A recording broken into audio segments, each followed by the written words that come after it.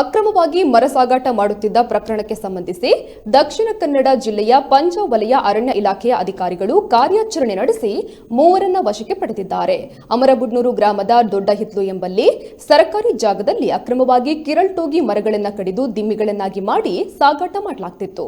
ಪ್ರಕರಣಕ್ಕೆ ಸಂಬಂಧಿಸಿದಂತೆ ಅಬ್ದುಲ್ ಮಜೀದ್, ಮಹಮ್ಮದ್ ಸೋಯಾಬ್ ದೇಲಂಪಾಡಿ, ಅಭಿಲಾಷ್ ಗೌಡ ಅರಕಲಗೂಡು ಎಂಬವರನ್ನ ಬಂಧಿಸಲಾಗಿದೆ.